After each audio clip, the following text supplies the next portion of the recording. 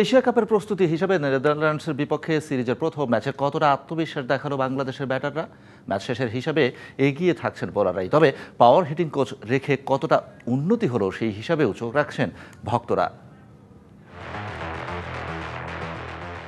সিলেটে প্রথম ম্যাচ হয়েছে লো স্কোরিং। ২০ ওভার খেলেছে ডাচরা, তবে রানের চাকা পারেনি ঘোরাতে টি-20-র মতো করে কৃতিত্ব কি তাহলে আগে বল করা টাইগার বোলারদের? সিলেটের উইকেটে প্রথম টি-20তে ডাচ ব্যাটারদের ৭২টা বল ছুড়েছেন টাইগার পেসাররা। ৭৭ রানের বিপরীতে ৩৬ ডট আর ৫ উইকেট, ৯টা ৪ আর ২টা ছক্কা দিয়েছেন শরীফুলরা। নেদারল্যান্ডস বাংলাদেশ লো স্কোরিং ম্যাচের জন্য দায়ী তাসকিনদের দাপুটে বোলিং নিঃসন্দেহে বলাই যায়। পেসাররা ছড়ি ঘোরালেও স্পিনারদের সাপোর্ট ছিল শতভাগ। মোট ৪৮ বার হাত ঘুরিয়েছেন রিশাদ সাইফরা। কোনো রান দেননি এমন বলের সংখ্যা ৫৫, উইকেট ২টা। ডাচদের ওভার বাউন্ডারি ৩টা আর বাউন্ডারি ১টা।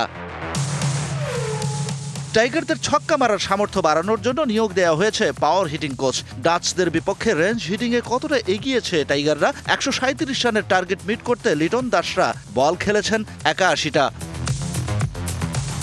স্পিন নির্ভর ট্র্যাক হয়ে থাকে বাংলাদেশে, সেই হিসাব কষে প্রথম ম্যাচে ৫ স্পিনার ব্যবহার করেছে ডাচ ক্যাপ্টেন।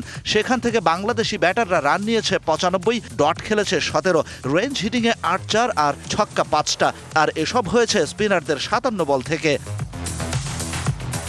সিলেটে মাত্র ৪ ওভার হাত ঘোরাতে দেখা গেছে ডাচ পেসারদের। সেখানে বিগ হিটে তানজিদ তামিমরা পেয়েছে ৩টা ৪ আর ১টা ছক্কা, ডট বল মাত্র ৫টা। তবে পেসারদের কোনো উইকেট দেয়নি বাংলাদেশি ব্যাটাররা। সব মিলিয়ে রেঞ্জ হিটিংয়ে প্রথম ম্যাচে বাংলাদেশি ব্যাটাররা নিয়েছেন ১১টা বাউন্ডারি আর ৬টা over boundary. Shahan Papon, DBC news desk.